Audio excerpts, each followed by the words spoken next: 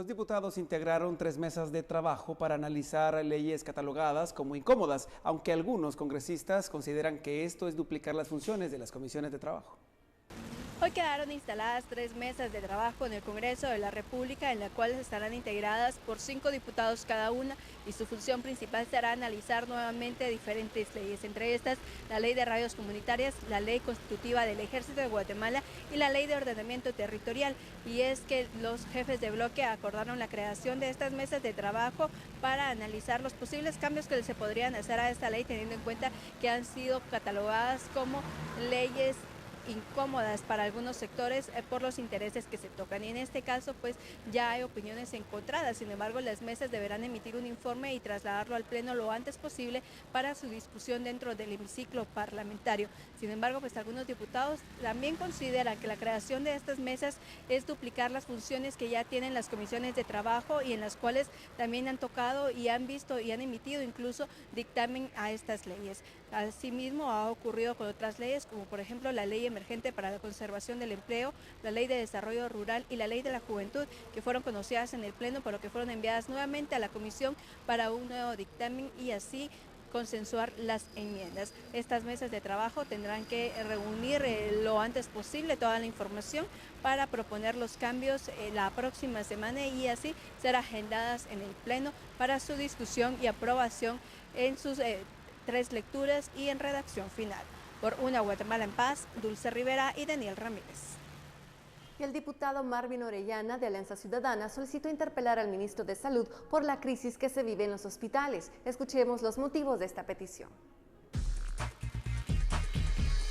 Si usted se dio cuenta el día de ayer con la citación, no nos ponemos de acuerdo.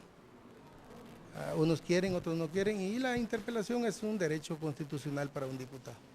¿Cuáles serían las principales preguntas que se le haría a través de este tema? Bueno, tenemos, en este momento creo que es muy prematuro decir, pero ya que tenemos alrededor de unas 30 preguntas básicas y posteriormente vamos a ir analizando, pero lo importante en este momento y lo que el señor ministro debe entender es que estamos preocupados por la crisis hospitalaria. El gobierno anunció que en enero de 2017 comenzará a realizarse el nuevo Censo Nacional de Población, 15 años después del último conteo.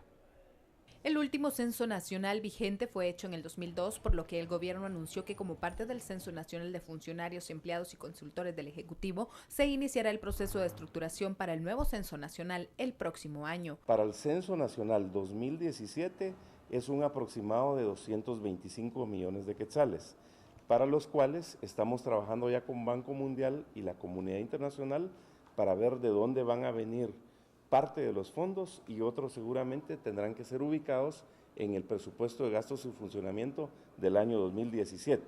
El último Censo Nacional de Funcionarios y Empleados fue hecho en el 2007, en donde se contabilizaban 385,000 empleados. 8 años después se estima que el número alcance los 500,000 trabajadores. Si tan solo se lograra una optimización de un 10% en el área de recurso humano, estamos hablando de más o menos 4.800 millones de quetzales, donde se eliminarán las plazas fantasmas, la gente que tiene 3 contratos, por ejemplo, la gente que tiene a toda su familia trabajando, y para que haya una estructura adecuada. El censo incluirá a entidades descentralizadas, autónomas y semiautónomas. El objetivo es crear un sistema de administración de recursos humanos del Estado. De tal forma que en un plazo aproximadamente de 8 meses se pueda tener un sistema integrado de información que conlleve el censo. Eso implica levantar una boleta, ver cara a cara a todos los funcionarios y se ingrese toda esa información en una base de datos. El censo de empleados del gobierno costará 6 millones de euros provenientes de la cooperación de la Unión Europea, Suecia y el Banco Mundial. La entidad del Estado a cargo será el Instituto Nacional de Estadística. Por una Guatemala en paz, Carolina Leverón y Juan Carlos Pérez. Y la falta de acuerdos entre las 2 bancadas mayoritarias en el Congreso podría ocasionar un estancamiento en la agenda legislativa. La bancada de FCN Nación se fortaleció aceptando diputados tránsfugas para poder incidir en las votaciones y en la agenda legislativa. Ese fue el argumento de su jefe de bloque, Javier Hernández. Sin embargo, hasta el momento se desconoce qué leyes o temas pretenden impulsar como oficialismo. La agenda te la quisiera presentar la próxima semana según la consensuemos, pero te podría decir que no hemos podido incidir en ninguno de las elecciones que se han dado anteriores al día de hoy.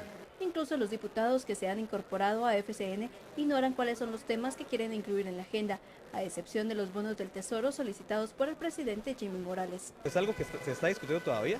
Yo creería que esta pregunta tiene que ser el jefe de bancada, porque al final la agenda FCN de Nación tiene que ser un híbrido entre leyes que el país necesite, que el Ejecutivo necesite, con una mezcla también de leyes que como diputados querramos impulsar.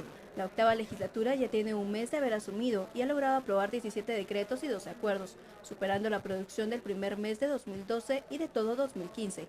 Sin embargo, la falta de acuerdos entre los dos bloques mayoritarios podría dificultar el avance de la agenda, pues por un lado FCN Nación no define sus prioridades y por el otro la UNE sostiene las reformas a varias leyes, pero sin tener los 105 votos requeridos. Son temas que está pidiendo la población, como es las reformas a la ley del Ministerio Público, del organismo judicial, la reforma a la ley electoral y de partidos políticos, la reforma de la SAT, que es muy importante, y la de servicio civil. Creemos que en esos temas y esperamos que en esos temas el partido de gobierno no vaya a oponerse, ya que son temas de Estado de Nación. El resto de bancadas se mantendrán en alianza con la UNE para apoyar las reformas y de esta manera presionar al oficialismo para que se sume a aprobar las modificaciones a estas normativas. Vamos a seguir trabajando para poder poner una agenda de nación, una agenda de país, la reestructuración del Estado. Lo que sigue ahorita es la reforma a la ley electoral y de partidos políticos, siguiendo con la reforma a la ley de servicio civil, también importante la reforma a la ley orgánica de la Superintendencia de Administración Tributaria. Las reformas a la ley orgánica del Ministerio Público y las reformas a la ley electoral y de partidos políticos son dos temas que podrían conocerse la próxima semana en el Pleno y que dependerá de los acuerdos para su aprobación en redacción final.